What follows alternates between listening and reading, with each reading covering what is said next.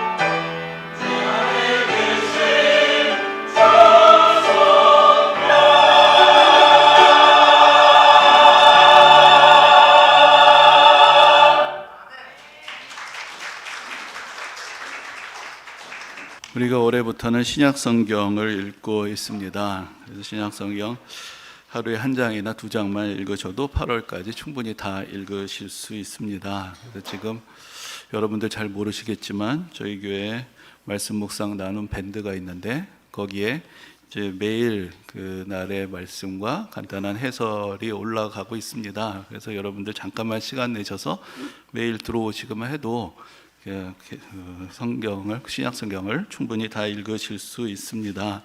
근데 이제 구약 성경 우리가 읽는데 1년 정도 정도를 시간을 가지고 읽었는데, 사실 그 정도 속도로 읽으면은 신약 성경은 한 2, 3월 안에도 다 읽을 수 있습니다. 근데 굳이 8월까지 시간을 잡은 것은 좀 신약 성경을 우리가 조금 더 천천히 좀 진지하게 그 말씀의 뜻을 생각하면서 읽어보자는 것입니다.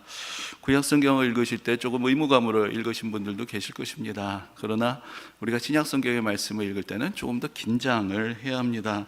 좀 더 말씀에 귀를 기울이고 그 뜻에 대해서 좀 더 깊게 생각을 해보아야 합니다.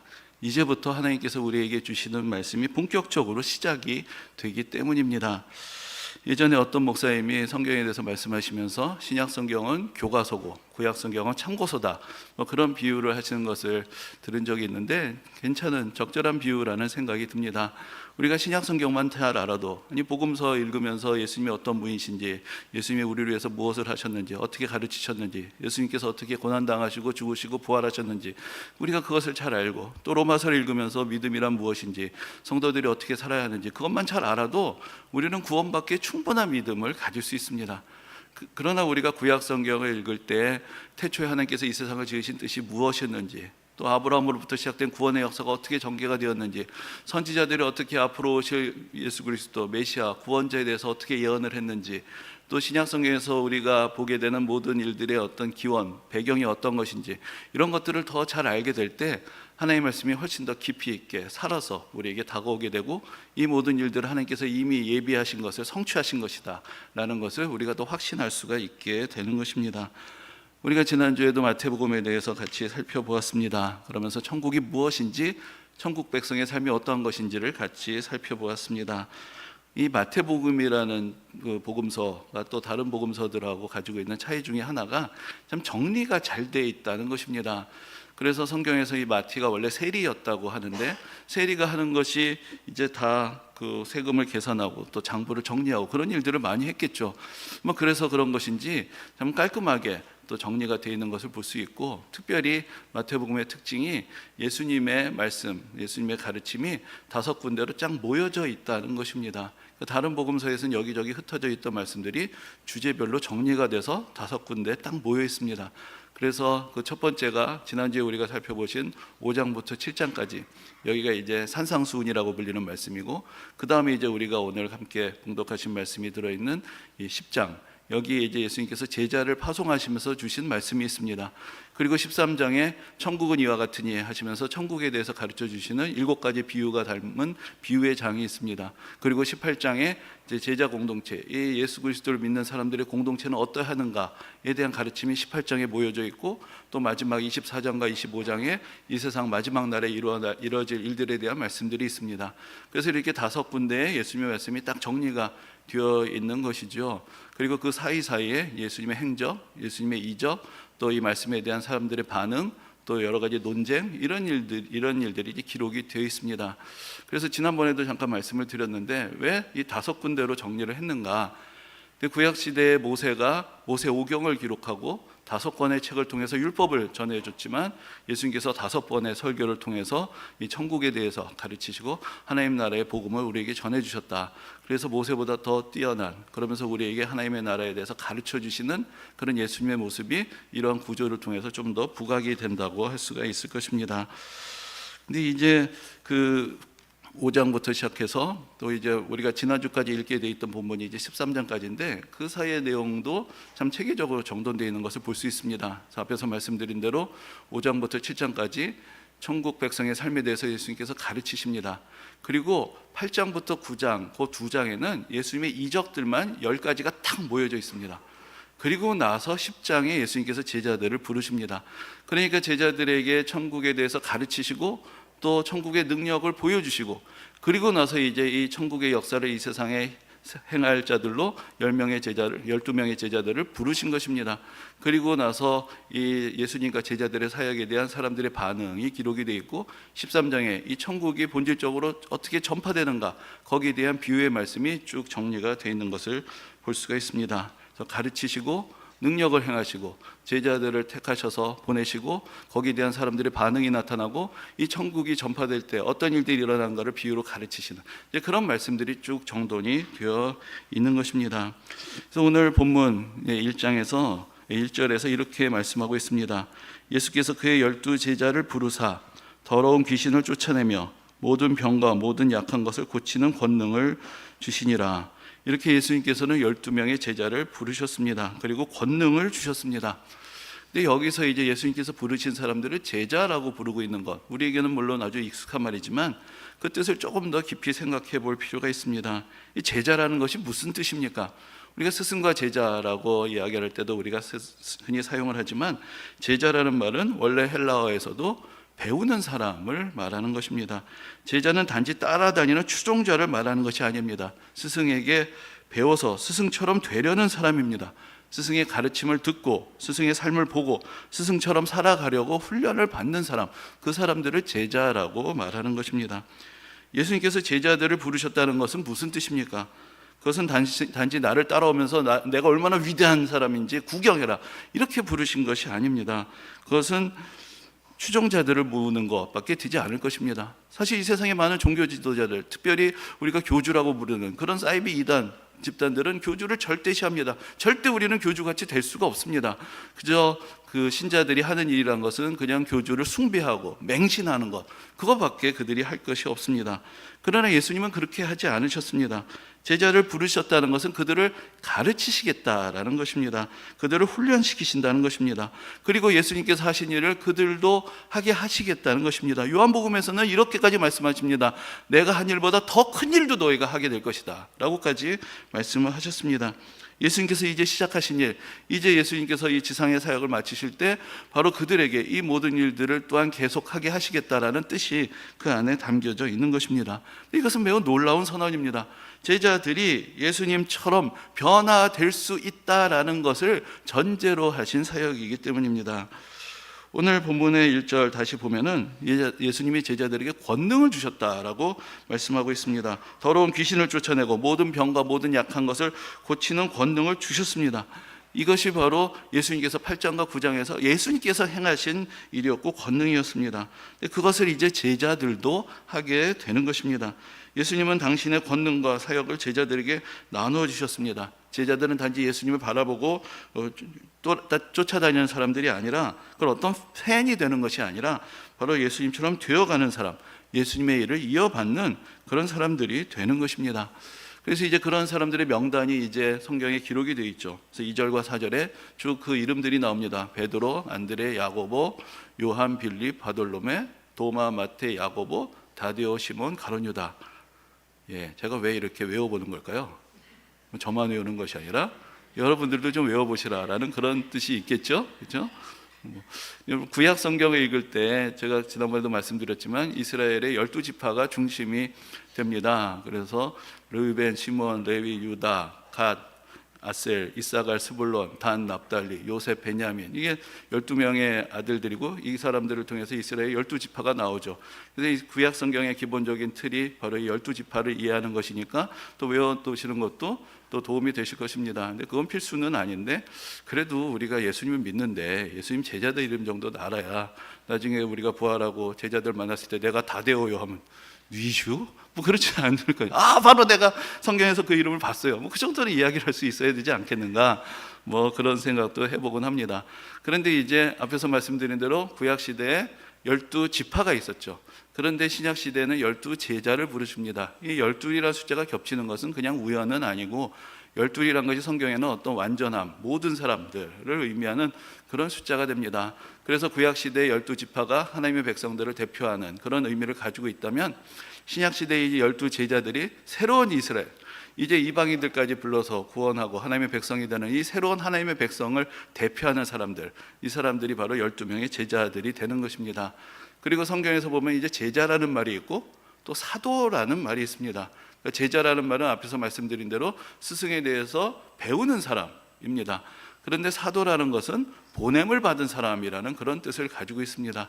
그래서 이제 신약 성경에 보면은 오늘 명단에 나오는 예수님을 가까이서 따르던 제자는 아니지만 사도라고 불리는 사람들이 있습니다. 특별히 대표적인 사람이 바로 사도 바울입니다.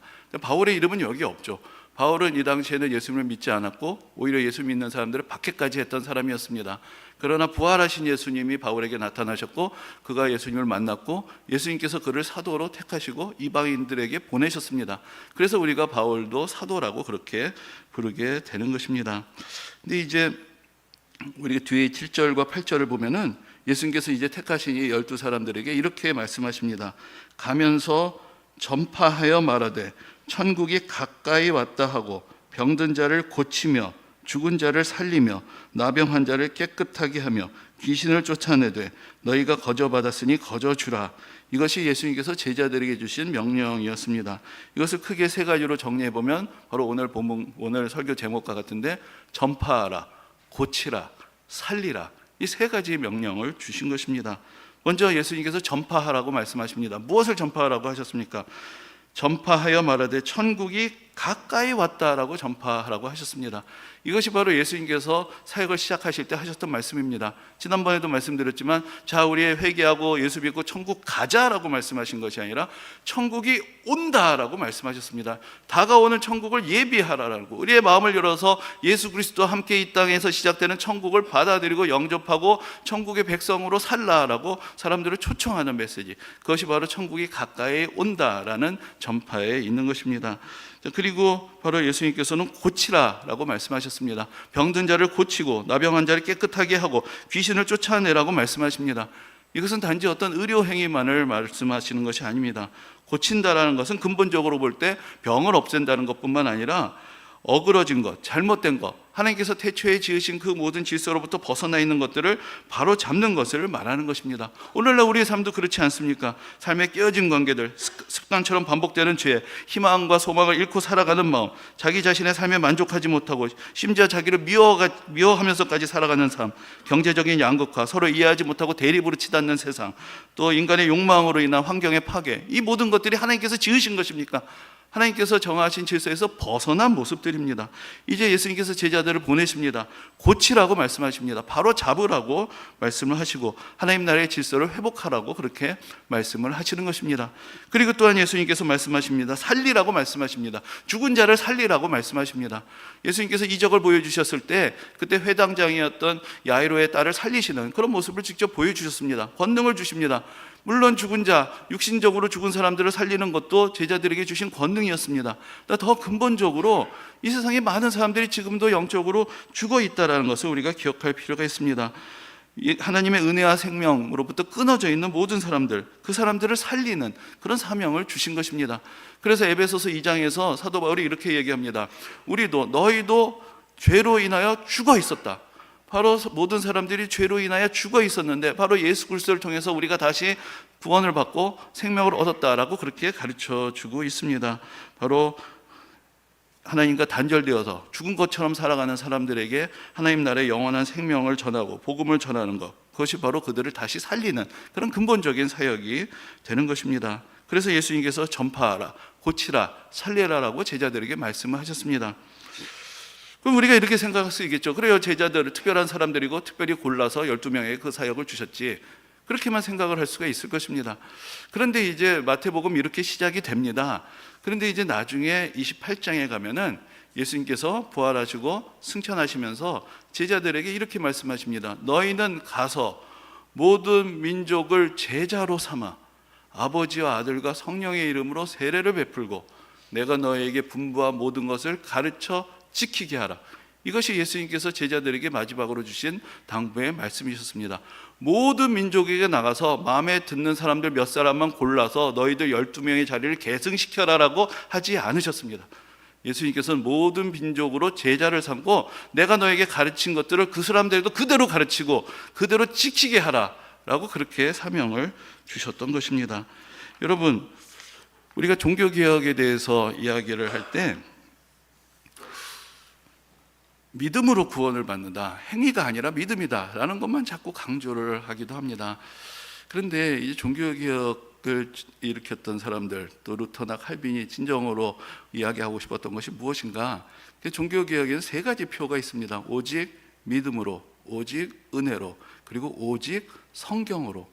이 마지막 오직 성경으로가 가장 중요한 것이고 나머지는 다 거기서 나온 것입니다.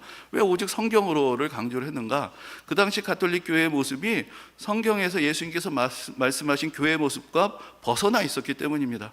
그 당시에 가톨릭 교회에서는 이 예수 그리스도를 따르는 헌신된 삶은 오직 수도사들, 사제들에게만 한정되어 있었습니다. 복음서에 나오는 예수님의 가르침, 산상수훈의 윤리, 자기를 부인하고 십자가를 지는 이 삶은 수도원에서 금욕적인 삶을 사는 사람들에게나 해당된다고 생각했습니다. 일반 신자들은 그냥 미사에 참석하고 성체만 받으면 끝이었습니다. 거룩한 삶, 헌신된 삶, 예수 그리스도를 본받는 삶은 이렇게 특별히 부름받은 성직자들만의 삶이라고 그렇게 생각을 했습니다. 근데 이제 그러다 보니까 뭔가 하나님 앞에서 이게 성도로서의 어떤 거룩한 삶이 부족하죠. 근데 그때 이 천주교에서 만든 희한한 교리가 있는데 우리가 그 성자들의 삶을 꾸어올 수 있다는 것입니다. 이 사람들은 지나치게 많은 선행을 했으니까 그걸 우리가 빌려올 수 있다. 그래서 면죄부란 것도 그렇게 해서 만든 것입니다. 당신들이 죄를 지으면 벌을 받아야 되는데 교회에다가 헌금을 하면 교회가 가지고 있는 이 창고에 성자들의 선행들이 다 있는데 그걸 나눠준다는 것이에요. 그러니까 너희들이 부족한 거를 성자들의 선행을 공유해서 해결하면 된다. 이런 식으로 가르쳤던 것입니다. 이게 성경에 나오는 얘기가 아니란 말이죠. 그러니까 종교개혁자들이 분명히 이것은 잘못됐다고 이야기를 하는 것입니다. 그리고 이렇게 이야기를 합니다. 모든 성도가 제사장이다. 모든 성도가 사제다. 어떤 특정한 사람들에게만 거룩한 삶이 유보되어 있는 것이 아니다. 모든 그리스도인이 예수님의 제자로서 살아가야 한다는 것을 깨우쳐 주기를 원했던 것입니다. 그래서 종교개혁은 수도원의 벽을 허물었습니다. 마틴 루터 자신이 원래 수도사였는데 수도원에서 나옵니다. 그리고 결혼을 해서 가정을 이룹니다. 이것이 무엇을 의미하는 것입니까? 수도원의 삶이 수도원에 갇혀 있어서는 안 된다는 것입니다. 모든 사람들의 일상의 삶 속으로 퍼져나가야 한다는 것입니다. 농부도 상인도 기술자도 가정에서 살림을 하는 주부도 그 모든 사람들도 예수 그리스도를 믿고 따르고 예수님의 말씀대로 살아야 한다. 이것이 바로 종교개혁자들의 가르침이었습니다. 이것은 당시로서 아주 급진적인 도전이었지만 지극히 성경적인 운동이었던 것입니다. 여러분, 우리가 교회에서 예수 믿는 사람들을 성도라고 부릅니다. 이것은 우리에게 아주 자연스러운 말입니다.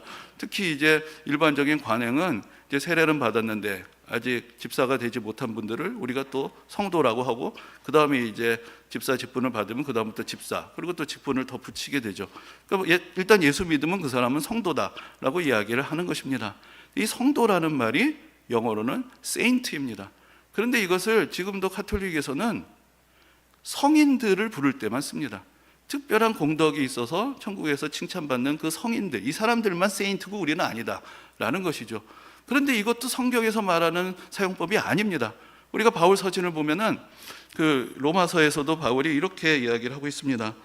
로마에서 하나님의 사랑하심을 받고 성도로 부르심을 받은 모든 자에게, 이 성도가 바로 세인트, 성인이라는 뜻입니다. 그리고 고린도전서 1장에서도 이렇게 말씀합니다. 고린도에 있는 하나님의 교회 곧 그리스도 예수 안에서 거룩하여지고 성도라 부르심을 받는 자들에게, 예수 그리스도를 믿고 로마의 교회에 속해 있는 사람, 고린도 교회에 속해 있는 모든 사람들, 너희들 한 사람 한 사람이 세인트다, 성인이다, 성도다. 그것이 바로 사도 바울의 가르침이었던 것입니다. 다른 누군가의 거룩함에 의지해서 살아가는 것이 아니라 너희들 자신이 거룩한 하나님의 백성으로 살도록 부르심을 받았다. 그것을 성경이 가르쳤고 그것을 종교개혁자들이 회복하고자 했던 것입니다. 그래서 종교개혁은 당시에 아주 급진적인 운동이었지만 그러나 성경적인 삶의 변화를 추구하는 그런 운동이었습니다. 대충 예수 믿고 대충 천국 가자라는 그런 뜻이 아닙니다. 모든 성도가 다 제사장같이, 모든 성도들이 다 사제같이 살아야 한다라는 것을 강조했던 그런 운동이었던 것입니다. 그러므로 이것은 어떤 특별한 사람들만이 해야 한다는 것이 아니라 바로 목사나 선교사들만이 그런 삶을 살라고 유보하라는 것이 아니라 모든 성도들의 삶이 어떠해야 하는가, 그것을 근본적으로 성경적으로 변화시키고자 했던 그런 운동이 바로 종교개혁이었던 것입니다.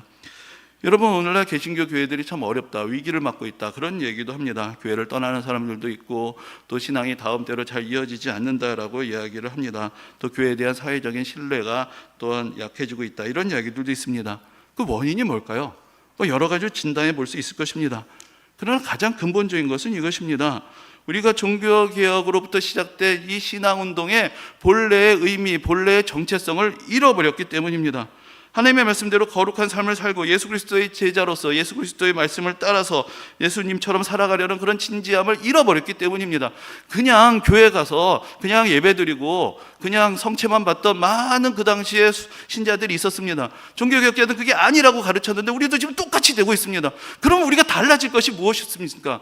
종교개혁의 정체성을 잃어버렸기 때문에 쇠퇴하는 것은 너무나 당연한 것입니다. 존재 이유가 없는데 뭐가 다른지 모르겠는데 우리가 교회로서 어떻게 존재하고 새로운 신앙의 운동이고 성경대로 따르려는 사람들의 모임이다, 어떻게 우리가 이야기를 할 수가 있고 뭘 보고 교회가 다르다라고 이야기를 할 수가 있겠습니까? 예수님께서 제자들을 세상으로 보내신 이유가 무엇입니까? 천국을 전파하기 위해서입니다. 가면서 전파하여 마르되 천국이 가까이 왔다 하라라고 말씀하셨습니다. 천국이란 무엇입니까? 우리가 지난 시간에도 살펴보았지만은 천국이란 것은 간단히 말하면은 하나님의 주권과 통치 아래서 모든 사람들의 행복한 삶을 누리는 곳, 그것이 천국이라고 이야기를 할 수가 있습니다.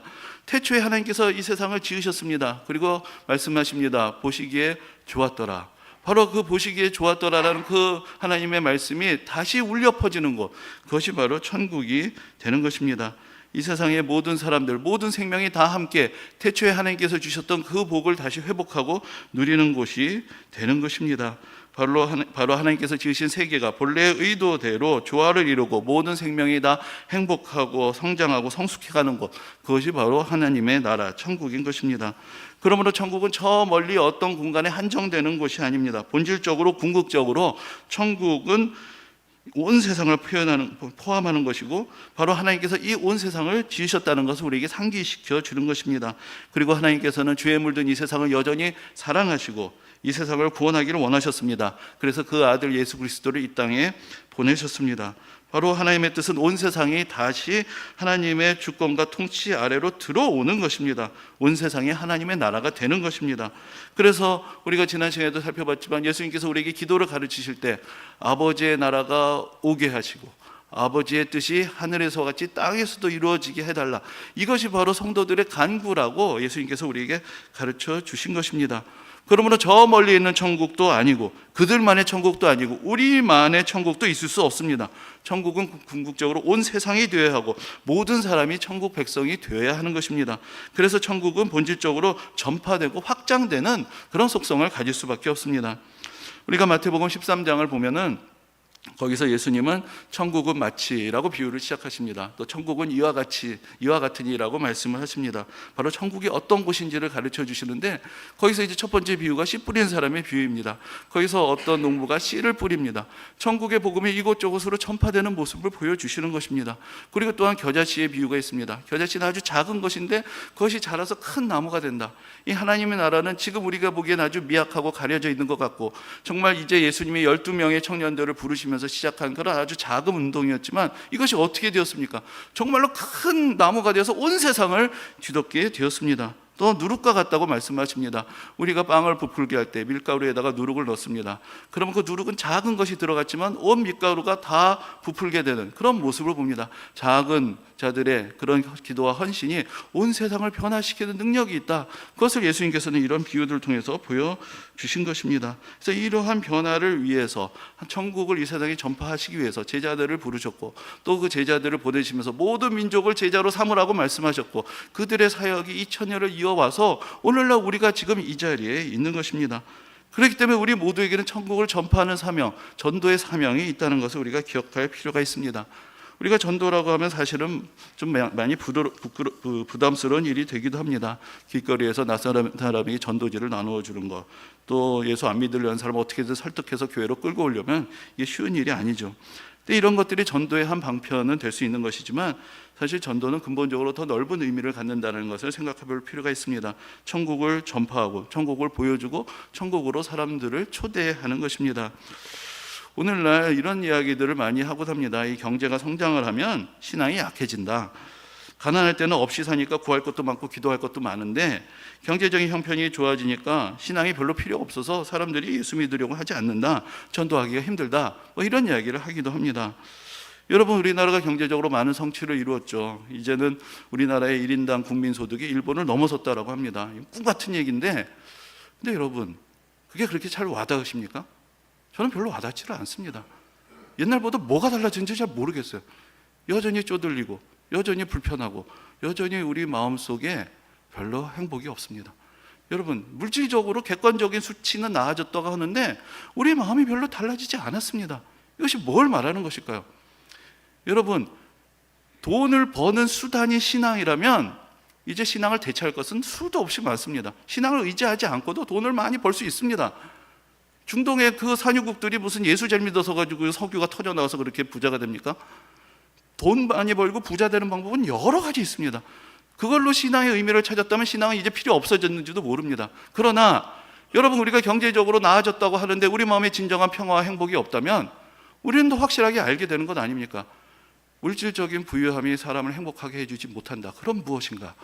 오히려 우리는 지금 이 시대에 신앙의 의미, 믿음의 의미를 더 분명하게 깨닫고 전할 수가 있는 그런 시대를 우리는 맞이하고 있는 것입니다. 여러분, 전도의 전제라는 것은 사실 우리가 먼저 천국을 경험하는 천국 백성이 되어야 한다는 데 있습니다. 우리 자신이 먼저 예수 그리스도의 은혜로 변화가 되어야 합니다. 거룩한 하나님의 백성으로 살고 이 땅에서 천국을 경험하는 삶을 살아야 됩니다. 그것이 비결이 무엇입니까? 바로 예수님께서 말씀하신 팔복의 삶을 살아야 하는 것입니다. 심령이 가난한 사람, 정말 애통한 사람, 온유한 사람, 처음으로 다른 사람들을 긍휼히 여기는 사람, 처음으로 의를 위하여 의로움에 대한 간절한 사모함이 있고 의를 위하여 박해를 받더라도 그것을 기뻐할 수 있는 사람, 진정으로 이 세상 가운데도 화평을 이루는 사람, 마음이 청결해서 하나님을 보는 사람이 될 때에 그때 우리는 천국을 경험할 수 있습니다. 이 복을 누려야 천국의 복이 우리 마음에 진정으로 찾아오게 되는 것입니다. 자기의 욕심을 버리고 자기의 고집을 내려놓고 예수 그리스도의 말씀에 따라서 살아가는 사람이 누리는 복, 그것이 천국의 복이고 그것을 경험한 사람들이 천국의 전파자로서 이 세상을 살아가게 되는 것입니다. 그리고 우리는 함께 천국을 경험하는 공동체를 세워갑니다. 그것이 바로 교회입니다. 물론 교회는 완전하지 않습니다. 천국을 그대로 보여줄 수 없습니다. 우리 자신들이 다 연약한 사람들입니다. 그래서 우리가 서로 보면서 맨날 시험에 듭니다.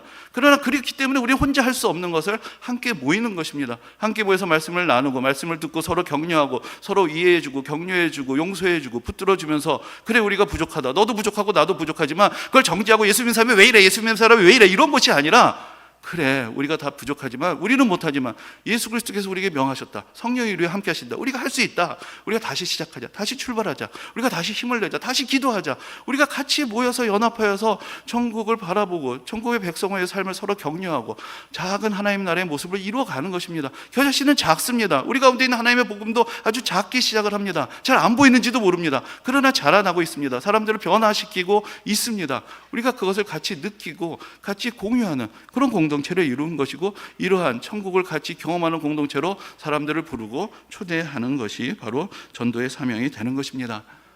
여러분, 우리가 올해 이제 50주년 맞이합니다. 이제 벌써 지겹기 시작하시죠? 저에게 언제까지 하려는가? 또 올해 1년 내내 할 거니까 여러분들 대비를 하셔야 됩니다.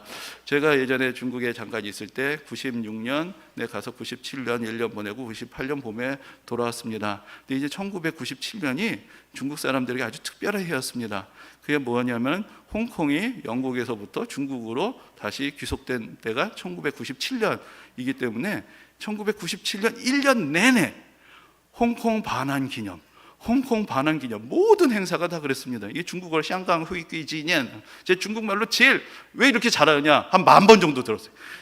홍콩을 샹강이라고 해요. 샹강 후이귀, 홍콩 회기 기념. 제가 학교에서 일했는데 학교에서 무슨 체육대회를 해도 샹강 후이귀, 무슨 뭐 학예회를 해도 샹강 후이귀, 모든 게 1년 내내 다 홍콩 반환 기념 행사로 가득 찼습니다. 우리도 올해 아마 그렇게 할 겁니다. 뭐를 해도 50주년 기념 정교인 수련회, 50주년 기념 새가족 초청, 많은 것들을 할 겁니다. 우리가 많은 행사도 할 것이고 뭐 프로그램도 있겠죠. 그러나 더 근본적인 것이 무엇입니까? 그것은 우리의 정체성을 바로잡고 회복하는 데 있는 것입니다. 여러분, 그래서 우리가 성경을 읽자고 하는 것입니다. 무슨 예수 믿는 사람으로 교양이나 지식을 쌓자는 것이 아닙니다. 성경이 우리에게 뭐라고 말씀하시는가, 교회는 뭐라고 말씀하시는가, 우리가 어떻게 살아야 하냐고 말씀하시는지 정신 차리고 다시 듣자고 성경을 읽자고 하는 것입니다. 그래서 신약 성경이 시작될 때 조금 더 긴장을 하라고 말씀을 드리는 것입니다. 하나님이 무엇이라고 말씀하셨는지, 예수님께서 어떻게 사셨고 어떻게 우리에게 가르치셨는지, 우리에게 어떻게 살아가라고 말씀하셨는지 정신 차리고 다시 똑바로 들어보고 그대로 한번 살아보자. 그래서 우리가 성경을 같이 읽자라고 말씀을 드리는 것입니다. 여러분, 우리의 정체성은 무엇입니까? 우리는 누구입니까? 오늘 본문이 말씀합니다. 우리는 예수님의 제자로 부르심을 받은 것입니다. 예수님처럼 변화되도록 부르심을 받았습니다. 그 능력은 예수님이 주신다고 약속하십니다. 우리에게는 예수님을 믿고 따르려는 그런 믿음의 고백이 진실하게 필요한 것입니다. 예수님 따라 배우고 예수님처럼 살아가도록 훈련을 받는 삶을 우리가 받아들일 수 있어야 하는 것입니다. 대충 믿는 신자가 아니라 진지하게 예수님을 따르는 제자가 되어야 되겠다는 그 결단이 우리에게 있어야 하는 것입니다. 그리고 우리는 성도입니다. 거룩하게 부르심을 받았다는 것을 우리가 기억해야 합니다. 어떤 특별한 성인이 아니라 우리 자신이 바로 거룩한 삶으로 부르심을 받는 한 사람 한 사람 바로 거룩한 하나님의 자녀고 백성이라는 것을 우리가 다시 한번 깨우쳐야 하는 것입니다. 이 만인 제사장의 기치가 우리 가운데서 다시 살아나야 하는 것입니다. 그래야 진정한 교회, 종교개혁자들이 시작한 진정한 교회의 모습을 회복하게 되는 것입니다. 그리고 우리는 천국의 전파자로 부름을 받았습니다. 이 세상에 천국 복음을 전하고 어그러진 것을 고치고 모든 죽어있는 것을 살리는 그런 은혜의 사명을 우리가 받은 것입니다. 바로 예수님의 제자들에게 주신 그 사명, 그것이 바로 우리의 사명이라는 것을 다시 깨닫고 헌신하는 기회가 되어야만 50년 하는 것이 의미가 있는 것이지, 그게 그냥 행사하고 푸닥거리하고 그냥 여러 가지 그런 프로그램을 통해서 우리가 한번 짚어보고 넘어가자, 그렇게 되는 것이 그렇게 큰 의미가 있는 것은 아니지 않겠습니까? 이제 50주년을 맞이했습니다. 이제 우리가 또한 새로운 미래의 도전을 해야 할 것입니다. 우리에게 50년, 100년의 미래가 있는가? 그것은 우리가 올해 얼마나 진정한 교회로서 새로워질 수 있는가? 우리 각 사람을 하나님께서 부르신 그 정체성을 우리가 얼마나 분명하게 회복할 수 있는가, 거기에 달려 있을 것입니다. 교회가 주기적으로 어려움을 겪었습니다. 세속화되기도 했고 많은 어려움이 닥쳐오기도 했습니다. 그러나 거기에 종교개혁과 같은 새로운 운동들이 있었기 때문에 거기서 교회가 다시 출발한 것이고 다시 새로워진 것입니다. 오늘 우리의 모습, 하나님의 말씀 앞에 정직하게 비춰보고 내 생각이 아니라 내가 원하는 교회가 아니라 성경이 우리에게 말씀하시는 교회는 어떤 것인가, 성경이 우리에게 말씀하시는 성도의 삶이 무엇인가 우리가 귀 기울여 듣는다면 우리에게는 50년, 100년의 미래가 하나님의 은혜 가운데서 열리게 될 것입니다. 오늘도 하나님의 말씀 가운데서 또 우리에게 부르시는 그 제자로서의 부르심, 성도로서의 부르심, 천국의 전파자로서의 부르심을 듣고 온전히 응답할 수 있는 그런 모든 성도님들이 되시기를 주님의 이름으로 축원합니다.